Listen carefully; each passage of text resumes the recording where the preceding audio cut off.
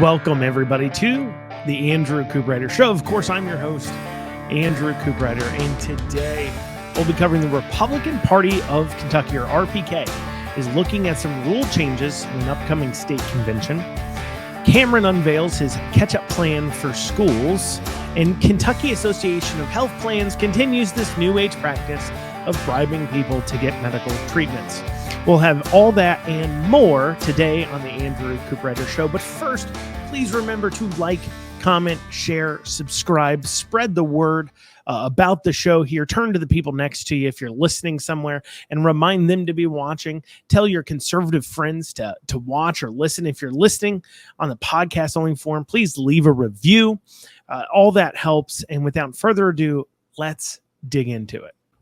So the Republican Party of Kentucky is looking at some rule changes that their upcoming state convention. And at this convention is where they will have their rule changes. And there are two rule changes that is worth discussing because it does have ramifications overall on the rest of the state.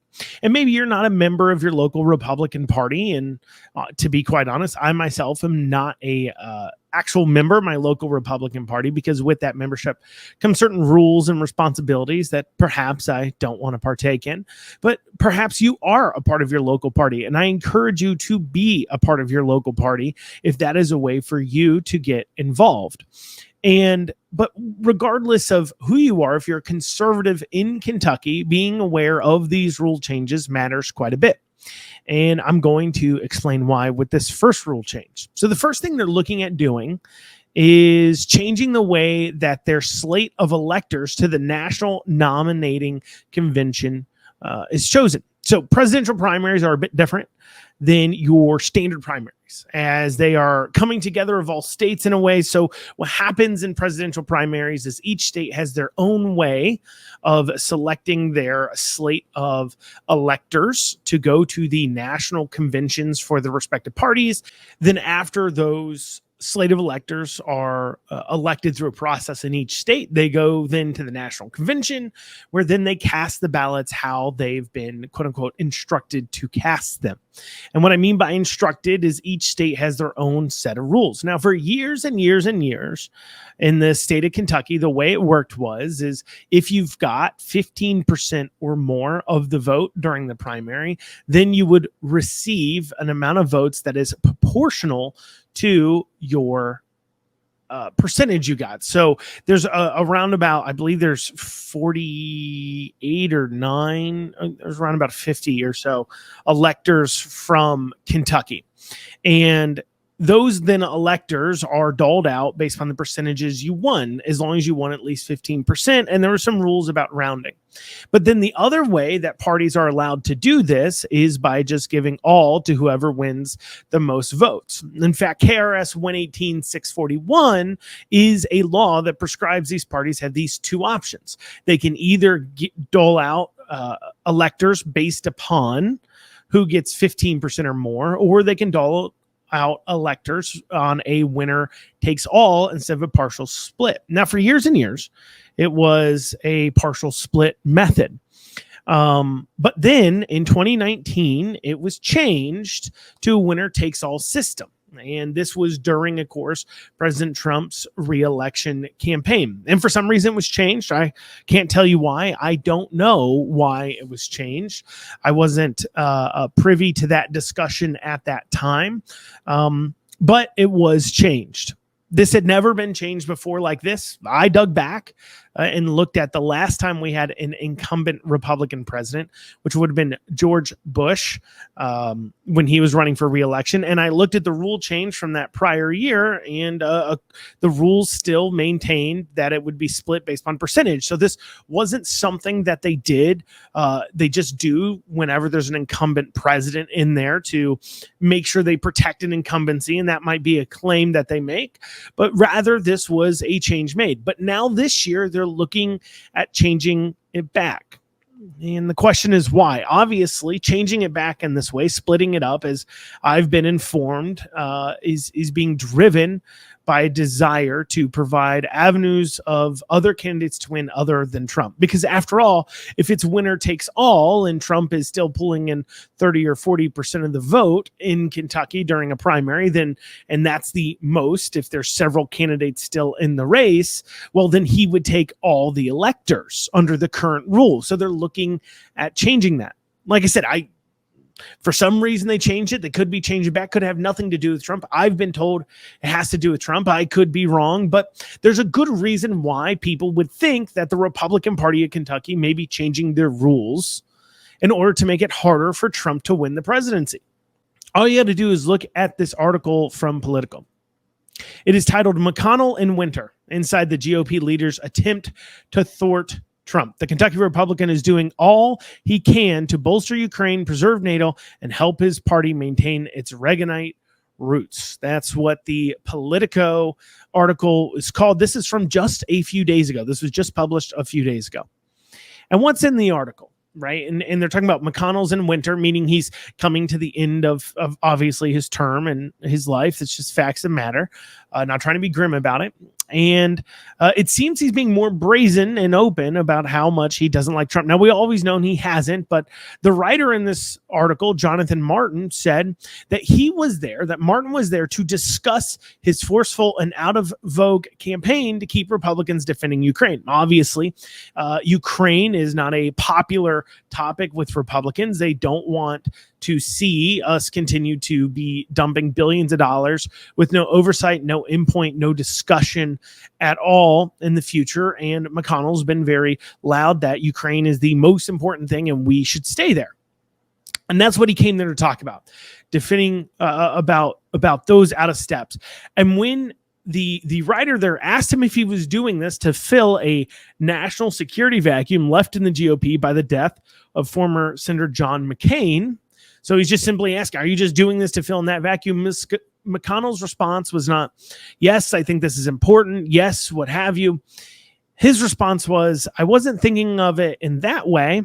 I was thinking of it in terms of the reservations the previous president seemed to have and has expressed in his current campaign. You see, as the article goes on to point out, McConnell absolutely hates Trump. He doesn't just hate Trump because he represents a force that McConnell has to fight against, a threat to McConnell's power, but he also hates Trump because Trump pushes an isolationism, or at least a version of it, where we ask, why are we spending billions of dollars overseas? Why do we continue to make these decisions that not only cost the American taxpayers billions of dollars, but end up to make things worse, where we found ourselves in many conflicts where America is funding both sides of a conflict, and they're literally just throwing our own money at each other, shooting each other with bullets purchased with our money. And it's left a lot of people in the conservative movement to ask and say, maybe we need to be more isolationist. This used to be a viewpoint of the Democrats. Obviously, the Democrats have abandoned their anti-war point. And more the people looking at war and saying this probably isn't a great thing is coming from the Republican side of things. And it shouldn't be a great shock. I mean, after all, we're supposed to be fiscal conservatives, and we look around at the government and its massive spending, and we ask, I'm being taxed to no end. To quote Oliver Anthony, my dollar ain't shit, and it's taxed to no end, but yet we're sending billions of dollars overseas, and our local schools yell out they need funding. Our roads yell out they need funding. Everybody yells out that they need funding, but here we are sending billions overseas. Now, if a person could articulate the hard point here, but this is not the point they want to hear, which is quite honestly, national security is actually one of the few roles of government, that if government cut back its spending, military spending is actually one of the few places where, according to the Constitution, it is our national government's responsibility. Now, we can debate about what that looks like. How much do we get involved into foreign conflicts, so on and so such. It was James Madison who famously said on the congressional floor that I struggle to find the line in the Constitution that allows you to spend our constituents' money for benevolent reasons. And there he was talking about sending foreign aid to a country. And so we find ourselves many of the same times talking about that. But I think what McConnell's missing is that the government has changed a lot since he was first elected in the 80s, quite a long time ago. See, the government has grown much larger and much more invasive. And while his viewpoint is probably informed by the massive amounts of donors he has that benefits from these types of conflicts, like defense contractors, like energy companies, and so on and so forth, the list goes on and on. However, I also think he and others have used these overseas conflicts because if we're united in our belief that, well, yeah, they're an enemy of America, let's get them, and we have this kind of common enemy, like we've seen when we were in Russia with the Cold War or terrorism abroad during the early 2000s, well, then the people are distracted. We're united behind one enemy. One of the ways that Cuba has stayed together under Fidel Castro and now, of course, his descendant, is to blame America for all their problems, creating an existential foreign enemy. This isn't a new idea. Back in the 70s, the UN talked about how they could unite the government under one world power, did this with a special think group, and the things they brought up was a disease, alien invasion, or we were literally killing ourselves with global warming. Draw your conclusions from that. But anyways, the best way to unite people is to create a common enemy. That's why Olympic and sports teams really unite the people, because the common enemy is the others. At least it used to, until, of course, the people we started sending to the Olympics hated their country, and then that kind of ruined the part of it.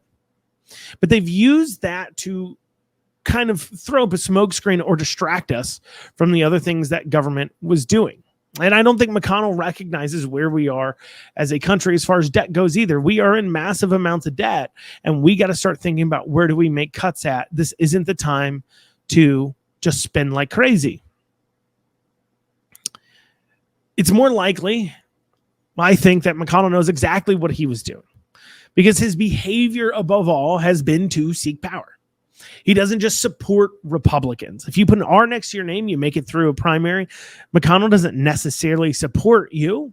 He supports the Republicans who agree with him. Just take a look at our most recent federal elections. He put money behind the Republicans that would bend their knee, and those who didn't, he certainly did not financially support, certainly not to the same degree. So these rule changes at the Republican Party of Kentucky, these rule changes by them, it's justified for us to think that it's all in order to attack the ability for Trump to win the primary election. Because, of course, that's the last thing McConnell wants. And after all, Republican Party of Kentucky's headquarters is called the Mitch McConnell Building because he bought it. Really demonstrating how anything that the state party is trying to do from leadership down, well, we can look at their motivations, and looking at McConnell and what he's doing and what his stated motivations are certainly is one place to find it.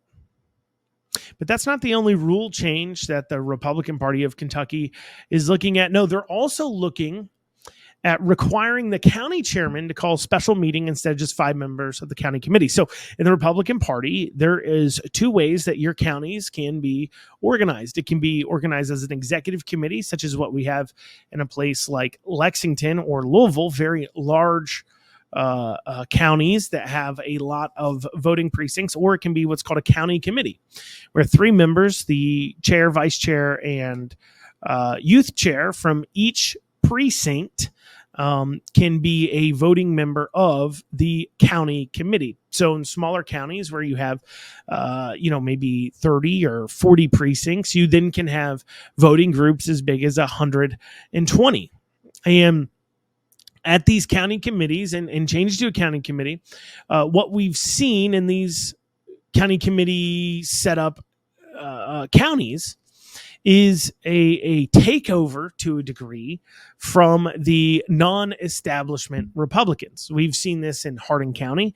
We've also seen this recently in Campbell County, where chairs of the county were ousted by members of their own party because the chair was representing, of course, the quote-unquote establishment views and the establishment guidelines and the establishment rules, and the people coming in didn't like that so much. Right, wrong, or indifferent. You may agree, you may disagree. It really comes down to, what do you think that your local parties are for? Is your local parties just there to simply get Republicans elected, put forward anybody with an R next to their name, or is their job to protect the Republican Party platform? In that case, simply putting an R next to your name, which after all isn't that hard. Here in Kentucky, you simply go online and fill out a registration card, and now you're a registered Republican. Doesn't mean that your actual values have changed. But if it's to protect the party platform, well, then that changes the dynamics of things. And that's, I believe, the real struggle we're seeing. The quote unquote establishment, more so leadership, that believes if there's an R next to your name, you be supported by your local Republican Party, and the people who believe that the platform is the most important, and simply because you say you're a Republican doesn't mean you will receive the party's support. Depends on how you fall there. But these individuals that believe the party is about the platform and not as much about just supporting all Republicans has seen some success across the state in removing chairs and kind of quote unquote taking over the parties. And it used to be that the way that they would do this and the rules, how they've been, is that simply 5 members of the county committee sign on to a sheet calling for a day for a special meeting to be called with, of course, what the subject of that special meeting is. And then as long as it's at least, I believe, 5 business days notice, they can call the meeting whenever they want to. And then, of course, still 15% of the county committee must show up in order for it to be a quorum, which doesn't sound like a lot. But remember, some of these county committees can be as big as 100, 200 people. So at least 15% need to show up for it to be a quorum, and then they could do business. Well, the rule change that they're looking at would be to change that to where 5 people sign on to call a meeting. Then the county chair shall call the meeting within at least 45 days. This provides some opportunity, obviously, to the more establishment Republicans to hold on to their power. Not only does it give them 45 days, but it gives them time to seek out and convince those votes that could be waffling, drive out their people to make sure they're there at the meetings, change it around. It gives them opportunities to try to hold on to that power. It also begs the question, what happens? It says shall. So if they don't call the meeting, I guess then they would have to be sued to call the meeting over that. See, it removes. So at these votes that were taking place, that were being called by just 5 people with 15% showing up, they were removing chairs in the process of doing that because the process wasn't relying upon a chair to call it. And they can't have that. So now the chair has to call that meeting within 45 days, or at least that is a rule they're looking at putting in place. Maybe that's a rule you support. Maybe it's not. It doesn't matter. But here is my suggestion to you. If you are a member of your local county parties or a member of your local county committees, and you are worried about either of the rules I talked about, or if you are a Republican living in the county, contact your county chairman, your county vice chairman, and let them know how you feel. After all, those chairmen will be the ones actually voting on these rule changes. And so being able to voice your opinion to them, I think, is incredibly important. So my suggestion, if you don't like them changing up how presidential primaries are decided, you don't like them changing up the ability to remove chairs from the party, voice your opinion to the chairs of your local parties. Coming up after this, Cameron releases his school catch-up plan. We'll go over that right after this short break. Lexington Overstock Warehouse is Central Kentucky's best source for stylish new home furnishings. Don't pay retail. With our low overhead operating structure and big name brands, we offer the absolute best values on new furniture for every room. Shop online anytime at LexingtonOverstockWarehouse.com or visit our weekends only showroom located at 156 West Tiverton Way. Right now, for listeners of this show, we're offering a special discount for our online customers. Use coupon code FREEDOM for an additional 10% off your online order today. Lexington Overstock Warehouse, low overhead equals really low prices. 859 Print has local service and low prices. I personally have done tons of business with them, and I can tell you, whether it is getting things printed off, sending direct mail, making business cards, buying TV ad time, digital marketing, they can do it all. And as a special for listeners of this show, they're offering 10% off any and all print services using code RIDER2024. That is code RIDER 2024 for 10% off. Check out 859 Print. You'll be glad you did. All right, Cameron's catch-up plan. So here this week, Cameron has unveiled his school catch-up plan. That's not ketchup like that goes on a burger. Cameron's catch-up plan is about schools. And this is a graphic from the actual campaign.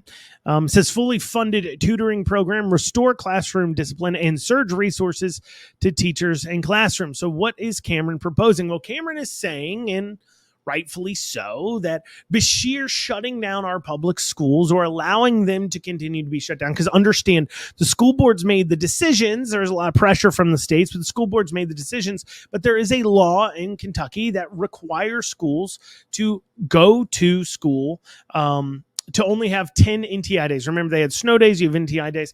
And remember that they were on NTI for like a year during COVID. And that wouldn't legally have been allowed. Normally, you only get 10 NTI days according to state statute. But Beshear, because he declared an emergency, was able to suspend that statute and allow schools to stay out. Now, of course, this has caused massive amounts of failure in our schools. You know, I remember Louisville schools were one of the last ones, Jefferson County Public Schools, were one of the last schools to return in the entire nation. So Cameron recognizes this and says that there's a lot of problems and we need to fix it. And his first few plans make a lot of sense, but then we're going to talk about the bottom one. The first is a fully funded tutoring program. What he is proposing is the state set aside funds for an optional tutoring programs that will prioritize children that are failing, of course, that are struggling the most, in order to get free school tutoring. And I think this is a pretty good idea to try to make up the difference for the damage government has caused. Obviously, as well, that tutoring could certainly help. I mean, we've offered summer school, and back in my day, kids had summer school. If they failed a class, you went to school during the summer to get that one-on-one help to help catch you up. I don't know if they do summer school anymore. I haven't heard about it. If you've heard about it, you can, of course, let me know. But you can email the show, by the way, info@theandrewshow.com, info@theandrewshow.com. But anyways, I don't know if they offer summer school anymore, but offering a summer school and tutoring program that is optional, not required, that parents can enroll kids into. It sounds like a too awful of an idea. If we're going to be spending our money on education, we might as well try to make up the gap, though it really doesn't deal with the overall issue. Because remember, a part of why these kids are behind, and one of the things that Cameron points out, is that absentee amount, an absentee rating that we've seen at our public schools has been pretty bad, raising from 18 to 28%.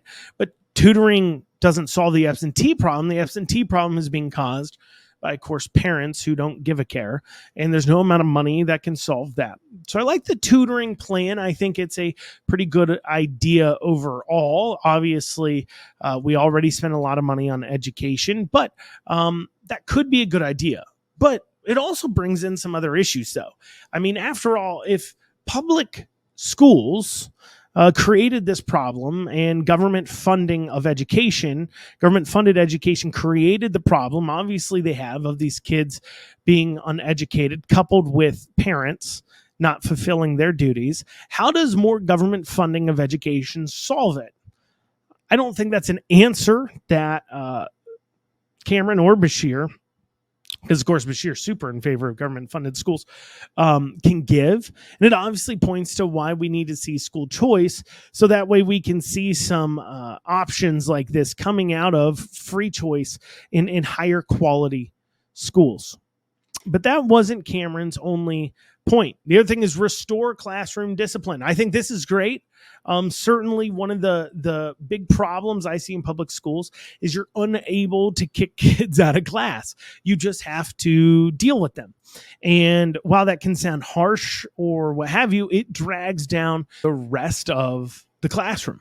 It just does. And in turn, all these kids end up failing or doing awful instead of just one or two that maybe need some more specific help and more disciplinary actions taken against them. So I'm in favor of that. But there is one point I want to push back on with Cameron, however.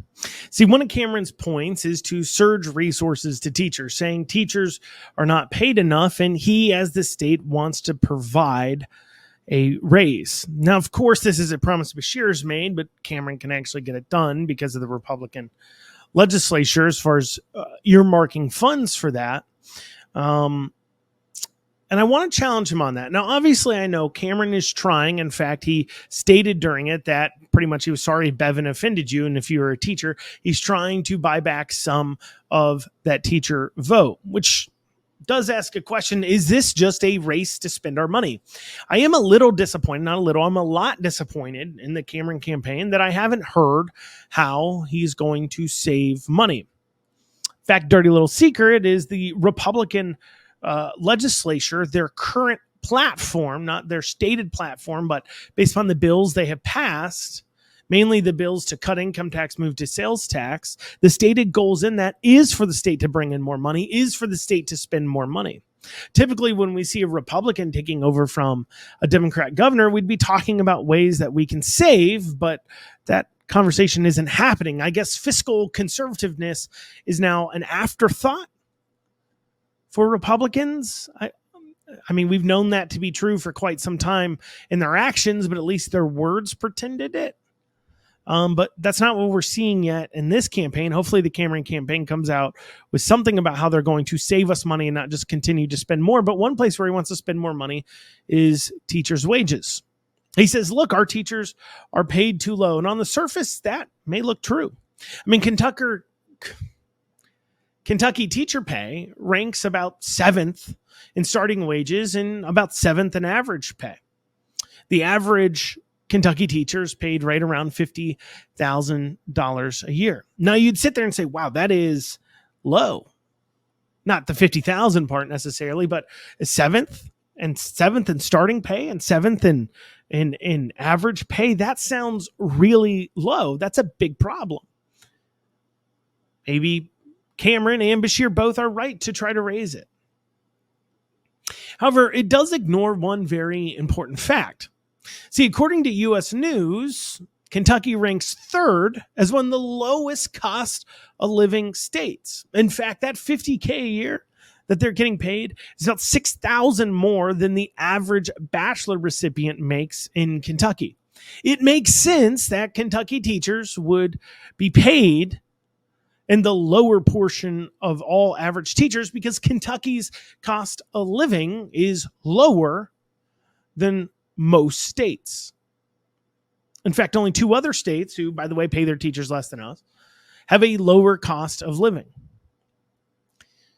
People want to call out the lower pay as if it's a problem without taking into account that proportionately our pay might be right in line, which, based upon looking at other cost of livings, it appears that it is. But of course, this beats your drum on giving the teachers more money because that's absolutely what they need, is what we've now come to expect from our politicians. Because if anybody stood up and challenged that, and if you're a teacher, I'm not saying maybe you individually deserve a raise, but just saying all teachers deserve a raise when our education system is failing. Last I checked, we don't typically give raises to people who are failing, and maybe the teachers aren't failing, but the schools are. And like I said, individual teachers may need raises, but I ask you, if you're a teacher and you're listening to this, tell me right now there's not a teacher in your school that doesn't deserve a raise. Of course there is. And this race to just constantly spend more and more of our money has got to stop somewhere, and we've got to be able to have an honest conversation. Honestly speaking, being in one of the lower average pays and lower starting pages Makes a lot of sense for a state that is one of the lowest places to live and cost-wise in the nation. Well, coming up after this, the Kentucky Association of Health Plans continues this new age practice of just bribing people to get medical treatments. We'll have more right after this. Let me tell you guys about an event that I'm actually emceeing on September 16th. It's the Constitutional Kentucky's 4th Annual Liberty Dinner.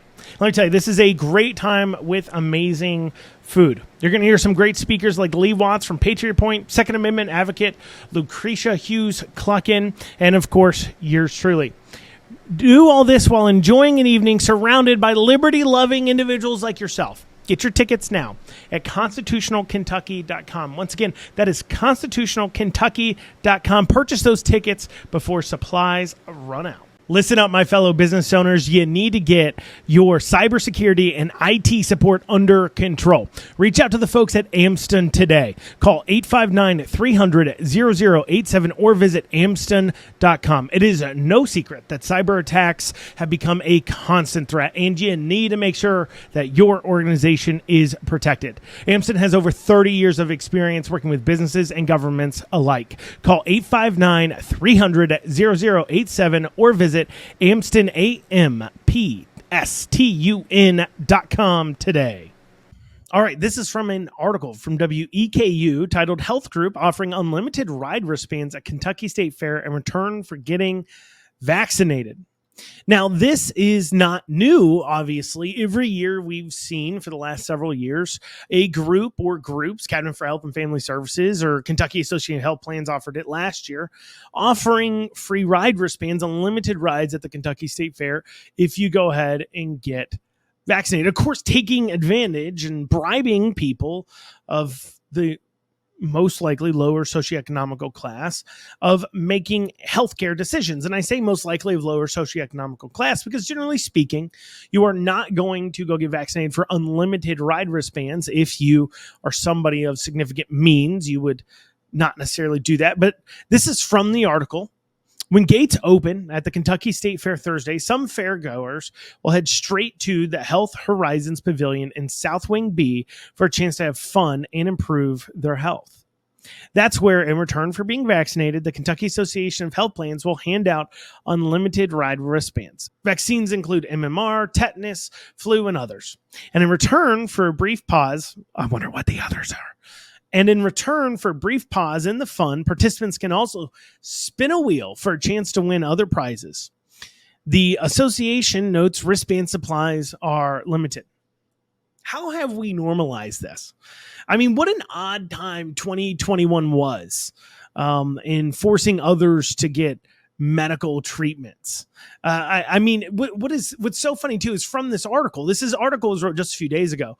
The headline from the article shows three people. The picture in there shows three people, all of them wearing cloth masks. Of course, we now know, not that we now know, some of us always knew that cloth masks don't really do anything. But more importantly, if you think that you need to wear a mask, that there's such sickness out there that in this day and age you need to wear a mask, maybe you shouldn't be going to the fair. It's certainly not required. But also this idea of bribing people to get healthcare. I mean, it was a crazy time in 2021 when we're trying to force others to get medical treatments. We're trying to bribe them, but yet we've continued this forward. I mean, this was really pervasive in 2021. Here, this is probably one of the most shocking / funny videos that I remember seeing from 2021. This is Bill de Blasio in of course, New York City mayor. Take a watch, take a listen. Really going to help us out. And did you say free fries when you get vaccinated? I got vaccinated. You're saying I could get these delicious fries? Wait a minute. But there's also a burger element to this? Let me check with Bill Neathart. Is it too early in the day to eat a burger? No. This can be breakfast? Okay. I want you to look at this and think about, again, some people love hamburgers, some don't. Really want to respect all ways of life. But if this is appealing to you, just think of this when you think of vaccination. Vaccination. I'm getting a very good feeling about vaccination right this moment. What an odd time that we were alive. But it's not going away, because we still have people like the Kentucky Association of Health Plans offering up ride wristbands at our state fair in order to get people to take medical treatments. I mean, just imagine how the left would feel if we did, I don't know, something like trying to pay people not to get abortions. Actually, we don't have to imagine how they would feel about it. They have certainly filled that in, as we've seen Elizabeth Warren going after crisis pregnancy centers for simply providing free ultrasounds to women who otherwise would be looking for abortions. Imagine what it would do and what fits they would throw if we offered free burgers and fries to not murder your baby. They'd freak out about it. But yet here they are offering free rides and of course, back then, burgers and fries, but free rides still to get the medical treatments that they determine is most important to you. And maybe this is coming from a good place. I'm not saying you shouldn't get vaccinated, these other vaccines and things. I'm saying talk to your doctor, do your research, use your brain, think about things. But what I am saying, though, is frankly, if you make a medical decision based upon whether or not you can ride rides for free that day, I don't think that is a good way to run society. I don't think it's a good way for you to make your medical decisions in the first place. Remember, we were told this is between us and our doctor, right? We are told that constantly by the left when it comes to abortion, between women and our doctor. And we were told all the time when it came to the vaccine push for COVID, go talk to your doctor. But yet, for some reason, they don't say go talk to your doctor in this case. No, they're trying to bribe people once again with free rides at the state fair. This is where Republicans have got to stand up to this. Elected Republicans have got to stand up to this. And I know I was just talking about Cameron racing to the bottom on this side of things, but I'd love to see Cameron standing up and saying, look, this craziness on all these issues has got to stop. We've got to stop spending money. We've got to stop with this absolute out of control way. People are more depressed. They're overdosing. Our kids can't read, can't write. This isn't working, and actually have an emotional appeal based upon statistical facts rather than just trying to pay off our teachers and deal with social issues that I'm not even 100% sure most of these Republicans in office actually care about. Maybe they're just faking it. Well, that's what we have time for today on the Andrew Cooperrider Show. Thank you all so much for joining us. Have a great rest of your day.